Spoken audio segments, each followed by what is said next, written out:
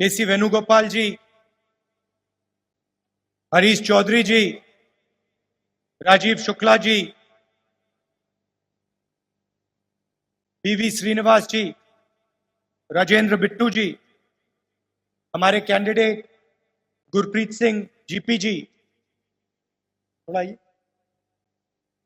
Stage पे वरिष्ठ नेता, भाई और बहनों, आप सबका यहां बहुत बहुत स्वागत। यूथ कांग्रेस के नेता हैं, इनको भारी बहुमत से जिताना है। पंजाब का चुनाव है, अलग अलग पार्टी के लोग वायदे कर रहे हैं। बीजेपी कुछ कहती है, आम आदमी कुछ कहती है, अकाली दल कुछ और कहते हैं। कुछ दिन पहले अमित शाह जी आए। अमित शाह जी ने ड्रग्स की बात की, कहा कि अगर बीजेपी सरकार बनाएगी तो ड्रग्स से लड़ने के लिए हम एक इंस्टीट्यूट खोलेंगे। मुझे याद है 2013 में मैं पंजाब यूनिवर्सिटी गया था और 2013 में मैंने कहा कि पंजाब के युवाओं के सामने सबसे बड़ा खतरा ड्रग्स, याद होगा आपको। और उस समय बीजेपी के लोगों ने, अकाली दल के नेताओं ने, उनके चीफ मिनिस्टर ने मेरा मजाक उड़ाया, कहा कि राहुल गांधी गलत बोल रहा है, पंजाब में ड्रग्स की कोई इशू नहीं। उस समय उनकी सरकार थी, अकाली दल के साथ पार्टनरशिप थी, तो उस समय अमित शाह ने ड्रग्स के बारे में नहीं बोला, मोदी जी ने ड्रग्स के बारे में नहीं बोला। 2014 का इलेक्शन आपको याद है, मोदी जी आते थे, हर भाषण में कहते थे 2 करोड़ युवाओं को रोजगार दूंगा, हर साल 2 करोड़ युवाओं को रोजगार दूंगा। कहते थे बैंक अकाउंट में 15 लाख रुपए, हर नागरिक के बैंक अकाउंट में 15 लाख रुपए डाल दूंगा। अब अपने भाषण में बोलते हैं क्या? अब अपने भाषण में कहते हैं कि मैं रोजगार दूंगा ना, कहते हैं। रोजगार के बारे में नहीं बोलते, विकास के बारे में नहीं बोलते, 15 लाख रुपए बैंक अकाउंट में डालने के नहीं बोलते। और पूरे देश में आज बेरोजगारी क्यों है? क्योंकि नरेंद्र मोदी जी ने नोटबंदी की, गलत जीएसटी लागू किया, कोविड के समय उन्होंने मदद नहीं की। जो छोटे बिजनेस वाले हैं, मिडिल साइज बिजनेस वाले हैं, दुकानदार हैं, उनकी रक्षा नहीं। कोविड के समय फिर से मैंने देश से कहा, पार्लियामेंट के सामने खड़े होकर, जैसे मैंने पंजाब में ड्रग्स की बात की, कोविड के समय मैंने कहा, देखिए भयंकर बीमारी है, लाखों लोग मरेंगे, तैयारी करनी चाहिए। पंजाब में हमने तैयारी की। दिल्ली की सरकार, नरेंद्र मोदी जी कहते हैं राहुल गांधी मजाक कर रहा है, लोगों को डरा रहा है। नरेंद्र मोदी जी ने देश से कहा, कोविड आया है, वायरस आया है, थाली बजाओ। उसके बाद कहते हैं मोबाइल फोन की लाइट जला के दिखाओ। आप हंस रहे हो, मगर ये सच है। और किसी देश के नेता ने थाली नहीं बजवाई। और किसी देश के नेता ने लाइट, मोबाइल फोन की लाइट नहीं दिखवाई। यहां केजरीवाल जी आके कहते हैं हमारी मोहल्ला क्लिनिक है। सबसे पहले मोहल्ला क्लिनिक शीला जी ने बनाई थी। और दूसरी बात, कोविड के समय आपकी मोहल्ला क्लिनिक कहां गायब हो गई? अगर आपकी मोहल्ला क्लिनिक काम करती तो जो हजारों लोग दिल्ली में मरे वो नहीं मरते। अस्पताल के सामने गाड़ी में बैठे, जमीन पे लेटे दिल्ली में लोग मरे हैं। ऑक्सीजन नहीं मिला, अस्पताल में पलंग नहीं मिला, वेंटिलेटर नहीं मिला, हजारों लोग मरे। टीवी पे आपने देखा होगा, कोई गाड़ी में बिना ऑक्सीजन लिए सांस ले रहा है, अंतिम सांस ले रहा है। तो क्या हुआ मोहल्ला क्लिनिक्स का?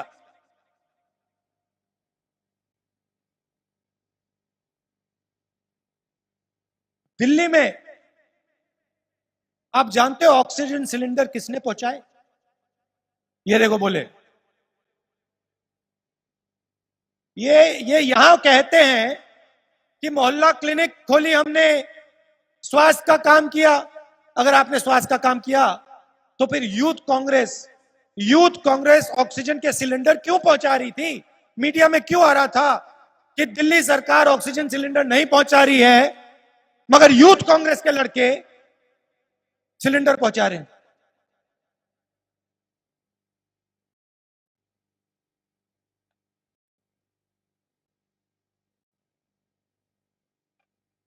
तो मैं आपसे ही क्यों कह रहा हूं? ड्रग्स की बात की, मैंने कहा उस समय 2013 में मैंने आपको बताया। कोविड के समय मैंने एक बार नहीं अनेक बार देश से कहा कि भयंकर नुकसान होने वाला है, तैयार हो जाओ। नरेंद्र मोदी जी ने, केजरीवाल जी ने कहा राहुल ऐसे ही बोल रहा है। देखिए, आपके गुरु नानक जी ने एक बात कही थी, कहा था कि बोलने से पहले सोचो, समझो और फिर बोलो। और दूसरी बात कही थी कि झूठ मत बोलो।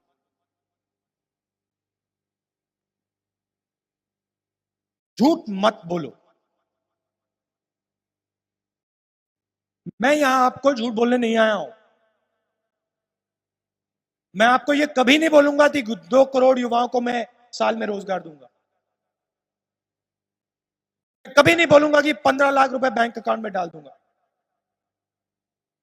मैं सोच समझ के बोलता हूं। 2013 में मैंने समस्या देखी, समझी और बोला। कोविड के समय मैंने देखा, सोचा, समझा और सच्चाई बोली। और मैं आज पंजाब को फिर से एक बात कहना चाहता हूं, और मेरी बात आप याद रखिए। पंजाब के लिए सबसे जरूरी चीज पंजाब में शांति और भाईचारा है। जिस दिन ये गायब हो जाए, उस दिन यहां ना रोजगार मिलेगा, ना प्रगति होगी, पूरे प्रदेश का नुकसान होगा। पंजाब को शांति और भाईचारे की रक्षा करनी है, यह सबसे जरूरी चीज है। इससे जरूरी और कुछ चीज है ही नहीं। और यह काम कांग्रेस पार्टी ही कर सकती है, और कोई पार्टी कर नहीं सकती। आप एक और बात समझिए, जब मैं पहले राजनीति में आया 2004 में, नेता का भाषण देखता था और कहता था हाँ ये नेता है, ये चेहरा है, ये इस पॉलिसी पे बात कर रहा है, ये भाषण दे रहा है। थोड़ी थोड़ी देर बाद बात समझ आई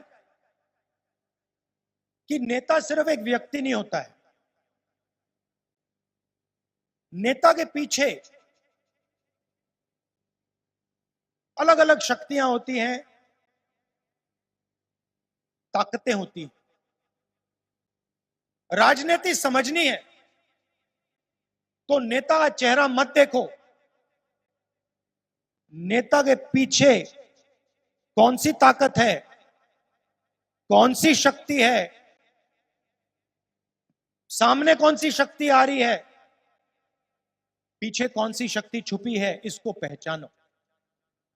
ये आपने पहचान लिया, आपको राजनीति समझ आ गई।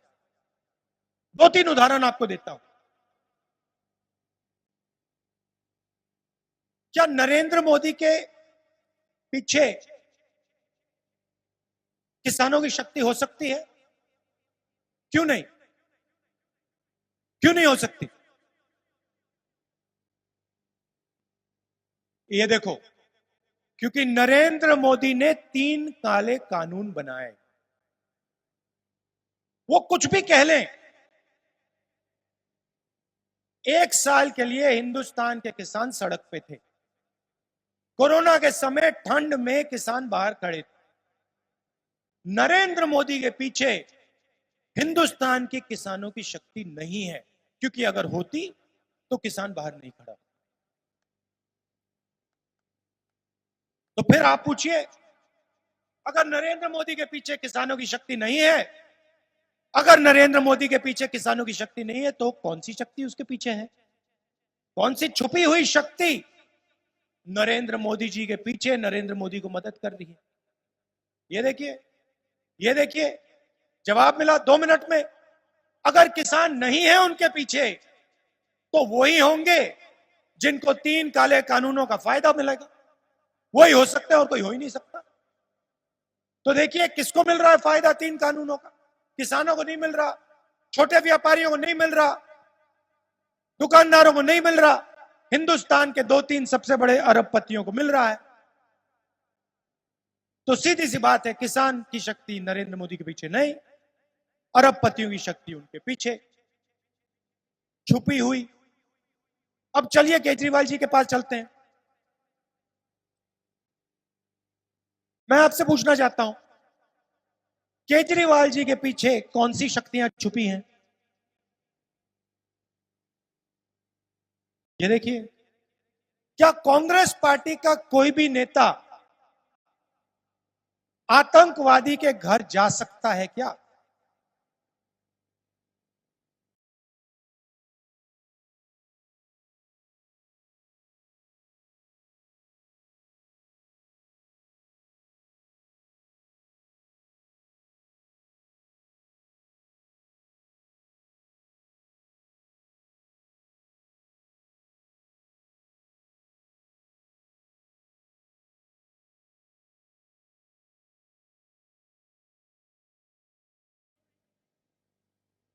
की बात,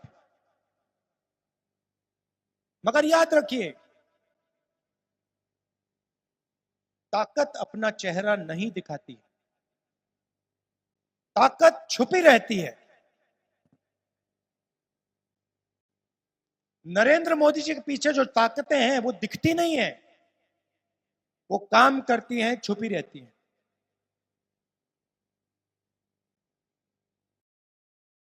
कुछ दिन पहले आम आदमी पार्टी के फाउंडिंग मेंबर कुमार विश्वास ने केजरीवाल जी पे आरोप लगाया। सिर्फ पंजाब में नहीं, पूरे देश में वीडियो वायरल है। कुमार विश्वास ने आम आदमी पार्टी को शुरू किया,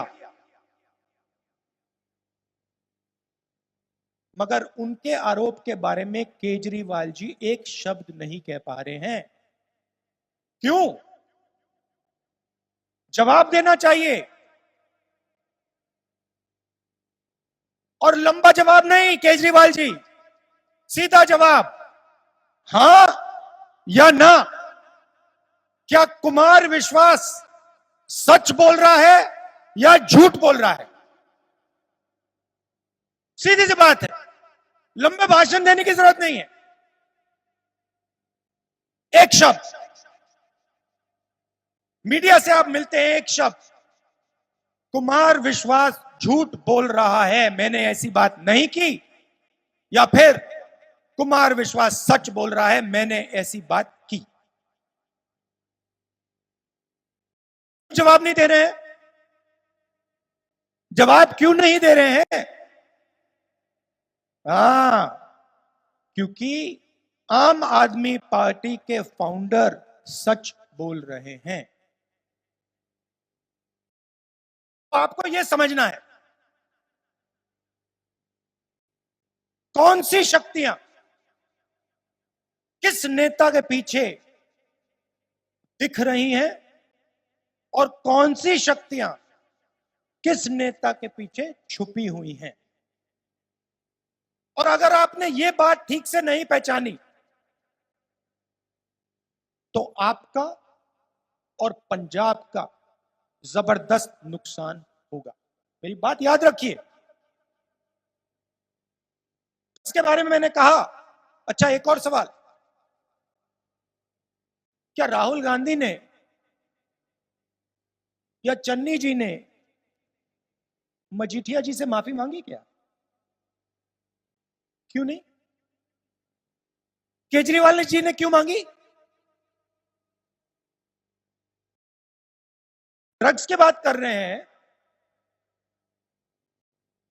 मेरे ऊपर 20-25 केस हैं, मैंने किसी से माफी नहीं मांगी। आरएसएस का केस है, कभी नहीं माफी मांगी, मांग ही नहीं सकता। तो केजरीवाल जी ने मजीठिया से माफी क्यों मांगी? नहीं नहीं नहीं, ये डर गया जी, डर गया जी।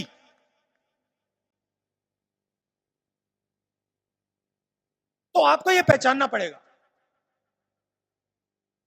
जो व्यक्ति आतंकवादी के घर में सो सकता है वो पंजाब की रक्षा कहां से करेगा?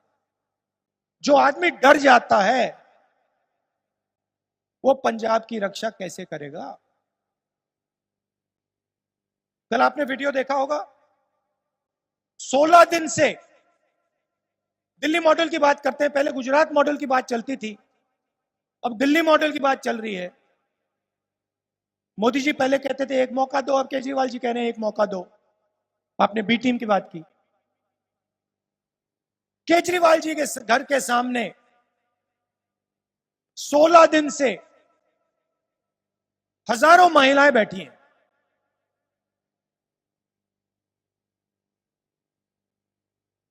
उनको धमकाया जा रहा है, डराया जा रहा है।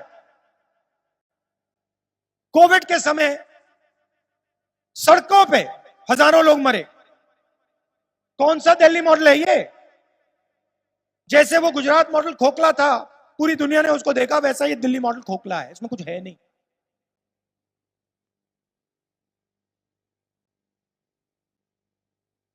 मगर देखिए, प्रेस के हमारे जो मित्र हैं यहां, आप उनसे पूछिए क्या कुमार विश्वास सही बोल रहा है या गलत? सीधा सा सवाल है। हमने यहां आपको एक गरीब घर का चीफ मिनिस्टर दिया है। पहली बार एक गरीब व्यक्ति जो गरीबी को समझता है, वो गरीबी में जिया है, उसको हमने चीफ मिनिस्टर पंजाब बनाया। सवाल, मैंने अमरिंदर सिंह जी से कहा यह जो बिजली का मामला है, लोग पूछते हैं अमरिंदर सिंह जी क्यों हटे, कैसे हटाए गए, मैं बताता हूं आपको। मैंने अमरिंदर सिंह जी से कहा देखिए, बिजली का मामला है, गरीबों का मामला है, बिजली के रेट कम करने चाहिए। बिजली बिल जो है उसको वेव ऑफ करना चाहिए। अमरिंदर सिंह जी कहते हैं हमारा तो कॉन्ट्रैक्ट है, इसके साथ कॉन्ट्रैक्ट है, बिजली की कंपनियों के साथ कॉन्ट्रैक्ट है। आप पंजाब के चीफ मिनिस्टर हो, आपका पंजाब की जनता के साथ कॉन्ट्रैक्ट नहीं है क्या? यही सवाल मैंने चन्नी जी से पूछा। मैंने कहा चन्नी जी देखिए, आप चीफ मिनिस्टर बने हैं, ये बिजली का मामला है, ये पंजाब के गरीब लोगों का मामला है, इसको आप देख के ठीक करिए। पानी का इशू है, उसको आप देख के ठीक करिए। चन्नी जी ने ये नहीं कहा कि हमारा कॉन्ट्रैक्ट है किसी के साथ, बिजली की कंपनी के साथ कॉन्ट्रैक्ट है। चन्नी जी ने एकदम 1500 करोड़ रुपए 20 लाख परिवारों के माफ कर दिए।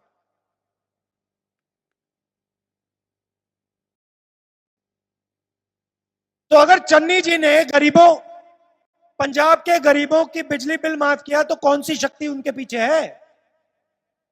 किसकी शक्ति उनके पीछे है? पंजाब के गरीबों की। अगर 3 रुपए यूनिट पावर का प्राइस कम किया, पावर का दाम कम किया, किसके लिए किया, क्यों किया? इसलिए किया क्योंकि गरीबों की शक्ति चन्नी जी के पीछे है। चन्नी जी गरीबों के लिए काम करना चाहते हैं। नरेंद्र मोदी जी ने हिंदुस्तान में पेट्रोल डीजल के दाम नहीं कम किए। इंटरनेशनल मार्केट में पेट्रोल के दाम गिरे $140 से $90, उससे पहले और भी कम थे। मगर नरेंद्र मोदी जी के मित्र हैं, नरेंद्र मोदी जी पेट्रोल का दाम कम नहीं कर सकते, डीजल का दाम कम नहीं कर सकते। चन्नी जी ने 10 रुपए पर लीटर पेट्रोल का दाम कर दिया कम, डीजल का दाम 5 रुपए पर लीटर कम कर दिया, और सिर्फ 100 दिन चीफ मिनिस्टर रहे हैं। मैं आपको बता रहा हूं, पहचानता हूं चन्नी जी को, डायनामिक नेता है। यह ऐतिहासिक निर्णय है कांग्रेस पार्टी का, यह पंजाब को बदलने का निर्णय है। पहली बार एक गरीब व्यक्ति पंजाब को आगे ले जाएगा, और उसके दिल में चन्नी जी के दिल में, चन्नी जी के दिल में, चन्नी जी के डीएनए में पंजाब की जो जनता है, पंजाब की जो गरीब जनता है, उसके लिए जगह है। क्या करेंगे मैं आपको बताता हूं। पंजाब में 3 अलग अलग मोनोपोली है। 3 जगह चुने हुए लोगों का ठेका लगा हुआ है। बस, केबल टीवी और रेत, 3 मोनोपोलीज को चन्नी जी तोड़ के दिखा देंगे, खत्म कर देंगे।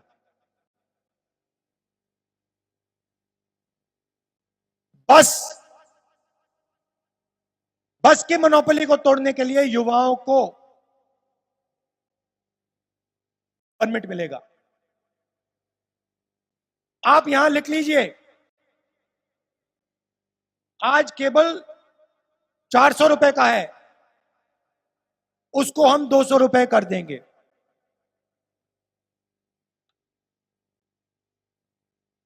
और रेत 1200 रुपए एक ट्रॉली में हो जाएगा, नॉन नेगोशिएबल। ये 3 चीजें हम करके दिखाएंगे। जो भी पैसा बचेगा वो सीधा आपकी जेब में जाएगा, आपके स्वास्थ्य में, आपके अस्पतालों में, आपकी शिक्षा के लिए। अच्छा, केजरीवाल जी से ये भी पूछ लीजिए, केजरीवाल जी से मैंने मोहल्ला क्लिनिक की बात की, उनसे ये भी पूछिए दिल्ली में केजरीवाल जी ने कितने स्कूल बनाए हैं। कांग्रेस पार्टी की सरकार ने 300 नए स्कूल बनाए थे। पंजाब एजुकेशन में, शिक्षा में नंबर 1 है। आप केजरीवाल जी से पूछिए आपने कितने स्कूल बनाए, 10 भी नहीं बनाए उन्होंने।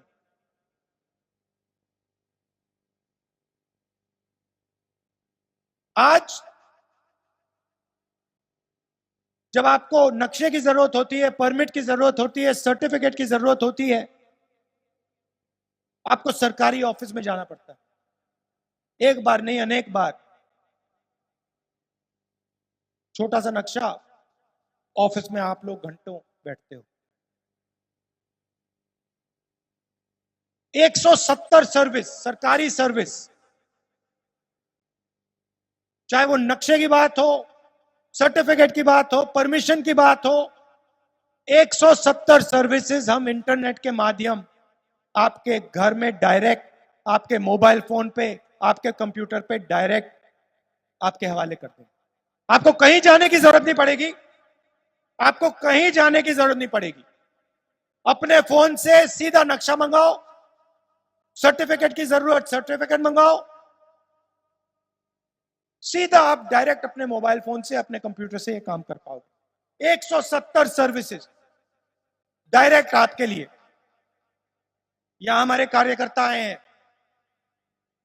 आप लोग हमें चुनाव लड़ाते हो और जिताते हो। सरकार बनती है, एमएलए चुना जाता है, और फिर उसके बाद हजारों बोर्ड कॉर्पोरेशन सरकार के पास होते हैं। जब बोर्ड कॉर्पोरेशन को बांटने का टाइम आता है, कांग्रेस के कार्यकर्ता को दिखने मिलता है, कोई एमएलए के बेटे को मिल गया, कोई एमएलए के रिश्तेदार को मिल गया। अगली सरकार में यह नहीं होने वाला है। बोर्ड और कॉर्पोरेशंस कांग्रेस पार्टी के कार्यकर्ताओं को,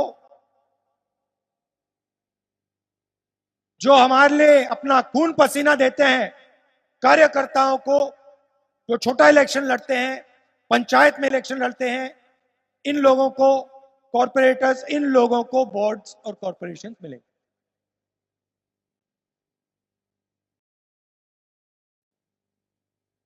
अंत में फिर से दोहराना चाहता हूं, और इस बात को आप गहराई से समझिए, पंजाब में अगर शांति चली गई,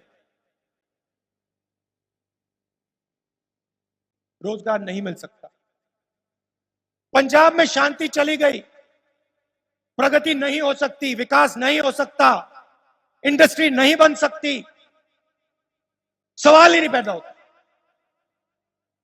और आप जानते हो, आपका एक्सपीरियंस है, जब हिंसा फैलती है, नफरत फैलती है, उसका नतीजा क्या होता है, नुकसान किसको होता है, आप जानते हो, बहुत अच्छी तरह जानते हो। और आप कांग्रेस पार्टी को भी जानते हो, आप जानते हो कांग्रेस पार्टी के पास एक्सपीरियंस है, समझ है, और कांग्रेस पार्टी कॉम्प्रोमाइज नहीं कर सकती, बिल्कुल नहीं कर सकती। केजरीवाल जी कॉम्प्रोमाइज करते हैं।